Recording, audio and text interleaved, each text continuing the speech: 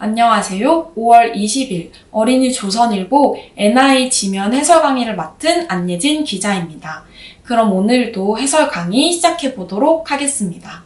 오늘 4면의 제목은 로봇에도 지문이 생긴대요 입니다. 그럼 같이 기사 읽어보도록 하겠습니다. 로봇 손가락에도 우리 손가락 끝에 있는 지문이 생긴대요. 여러분, 먼저 잠시 손가락 끝을 한번 볼까요? 여기를 보면 이렇게 생긴 지문이 보이죠? 이 지문이 바로 로봇 손가락에도 생긴다는 건데요. 바로 4월 14일 울산과학기술원의 심교승 교수 연구팀이 미국 휴스턴대와 함께 로봇 손가락에 붙일 전자피부를 만들었기 때문입니다. 이 전자피부에는 사람의 지문과 비슷한 패턴의 주름이 있습니다. 이 주름 한번 사진을 통해서 확인해 볼 텐데요. 여기 보이는 이런 주름이 이 로봇의 손가락에 전자피부에 이런 주름이 있는 것입니다. 여러 개의 전자피부를 만들 때 같은 패턴의 주름이 만들어질 확률은 거의 0에 가깝다고 합니다. 사람의 지문이 다르게 생길 확률은 64억 분의 1인데요. 이것도 거의 0에 가까운 숫자죠. 그런데 이 로봇의 인공피부, 전자피부에 만들어질 주름이 같을 확률은 그것보다 훨씬 작다고 합니다. 로봇마다 사람처럼 다른 주름이 있는 지문을 만드는 겁니다. 이 전자피부와 주름을 만드는 방법을 제가 한번 조선일보 기사에서 읽어드리려고 하는데요. 조금 어려울 수도 있어서 살짝 풀어서 설명해드리겠습니다. 이들은 고무처럼 유연한 그런 물질을 자외선이나 오존, 우리 햇빛을 비치면 나오는 자외선이나 그런 오존으로 화학 처리를 한 거예요. 그래서 막 이렇게 만들어서 이런 전자피부를 만들었는데요. 이 피부에다가 물 같은 물질, 액체 같은 거를 떨어뜨리면 표면이 이렇게 막 부푼다고 합니다. 그런데 이 표면을 빠르게 회전을 시키면 이런 꼬불꼬불한 지문, 로봇의 지문이 만들어지는 거라고 해요. 그럼 우리 이제 기사를 읽으면서 지문에 대해서 더 자세히 알아보려고 하는데요. 지문은 우리 손가락 끝에 있는 무늬입니다. 이 무늬는 우리가 엄마 뱃속에서 태어나기도 전에 만들어집니다. 태아의 상태에서 만들어진다고 생각하시면 돼요. 그리고 이때 만들어진 지문은 사고가 나거나 막 여기가 녹지 않는 이상 죽기 전까지도 바뀌지 않습니다. 그리고 또 지문은 사람마다 모두 다르게 생겼어요. 그래서 지문은 사람 한 명 한 명을 인식할 수 있는 가장 확실한 정보 중 하나랍니다. 여기서 인식이란 사물을 분별하고 판단해서 아는 거예요. 그래서 사람 한 명 한 명을 분별하고 이 사람은 나구나 확실한 정보가 되는 겁니다. 우리는 지문을 통해서 스마트폰 잠금을 풀기도 하고요. 여권이나 주민등록증을 만들기도 합니다. 심지어 범죄를 수사할 때도 아주 지문이 중요하게 사용이 되는데요. 여기에서 수사란 찾아서 조사한다는 거예요. 그래서 이 범죄를 일으킨 사람이 누구인지, 범인이 누구인지 찾아내기 위해서도 지문을 사용합니다. 여기 이제 범죄 수사 훈련을 하는 거예요. 경찰이나 이런 사람들이 범인의 지문을 찾기 위해 훈련하는 장면을 찍은 사진인데요. 영화나 드라마에서도 이런 장면이 하나쯤 나오죠. 막 가루를 뿌리고 솔로 살살살 털면 지문이 보인다던가 아니면은 불을 꺼서 형광 물질을 이렇게 뿌리고 이렇게 파란 빛으로 보면 지문이 보인다던가 이런 다양한 방법을 통해서 이 지문을 지문을 수집을 하고요. 그러면은 우리 아까 주민등록증을 만들 때 지문을 찍는다고 했죠. 그럼 그 지문, 컴퓨터에 등록된 지문과 여기에서 나온 지문을 비교하는 거예요. 그래서 이 지문이 똑같이 생겼는지, 이 지문이 다른 건지, 그럼 이제 범인이 누구인지도 찾을 수 있겠죠? 이런 식으로 수사를 하는데도 사용을 하게 되는 겁니다. 이렇게 지문은 아주 다양한 분야에서 중요한 역할을 하고 있습니다.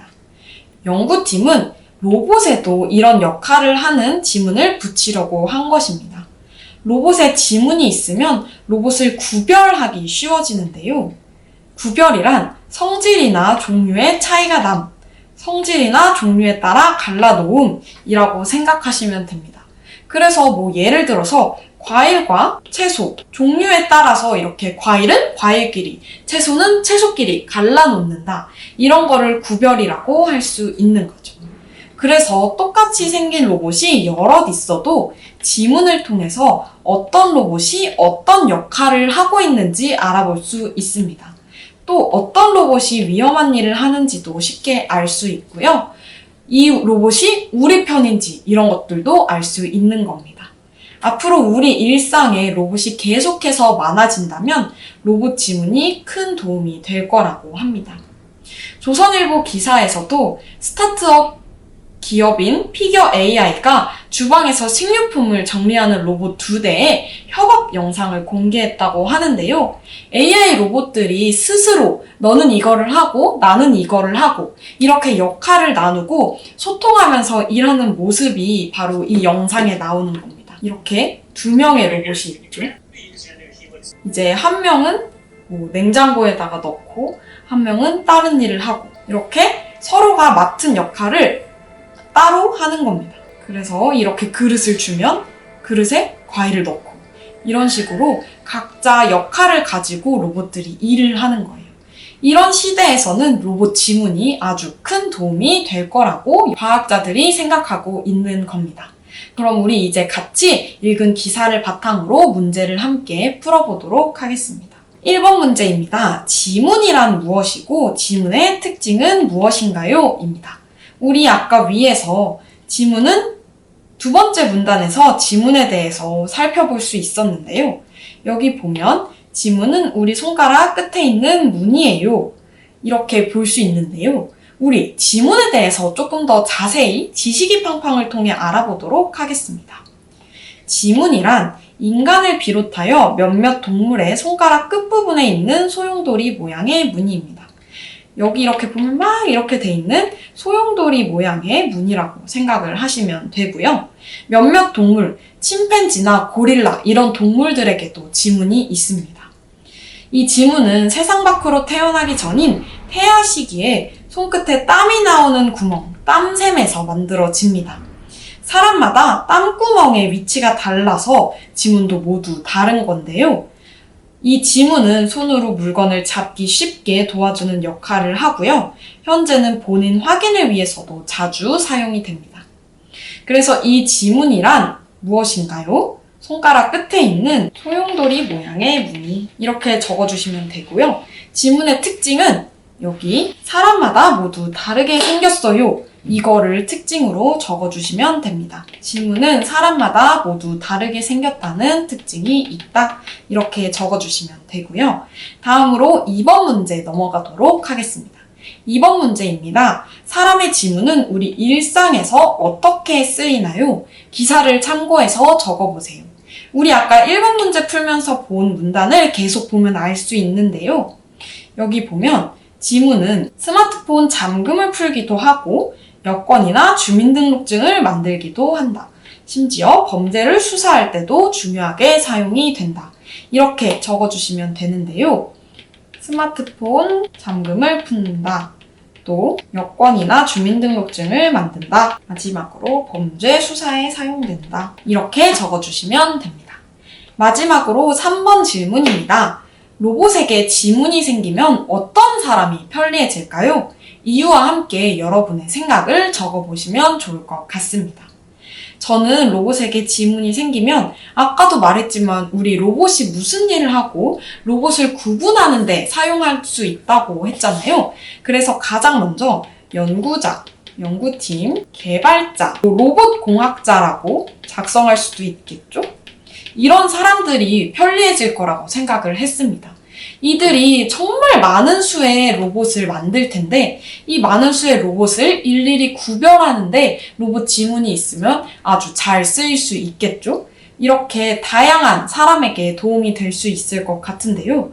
예를 들어서 식당에서 3명의 로봇을 고용을 해서 그들에게 일을 준다고 했을 때 식당 주인도 도움이 될 수 있을 거고요. 만약에 학교에 로봇 선생님들이 계신다고 했을 때 이 로봇 선생님은 어떤 과목을 가르치는 로봇 선생님인지도 이 지문을 통해서도 알 수 있겠죠? 이런 다양한 편리한 사람들이 생길 수 있는데요.